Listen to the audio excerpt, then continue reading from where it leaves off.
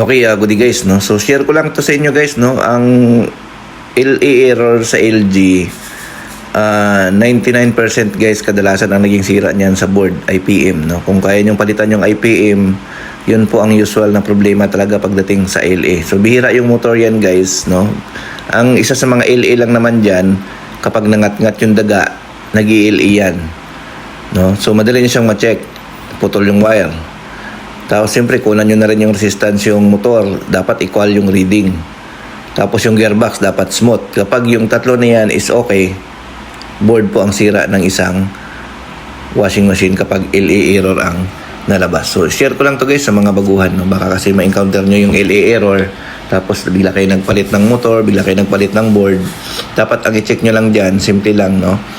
Tignan nyo yung resistance ng motor, kung good. Tingnan nyo yung condition ng gearbox, kung good, automatic board yan. So kadalasan, base experience namin, 99% ang LA na encounter namin is board ang sira. Okay? Thank you.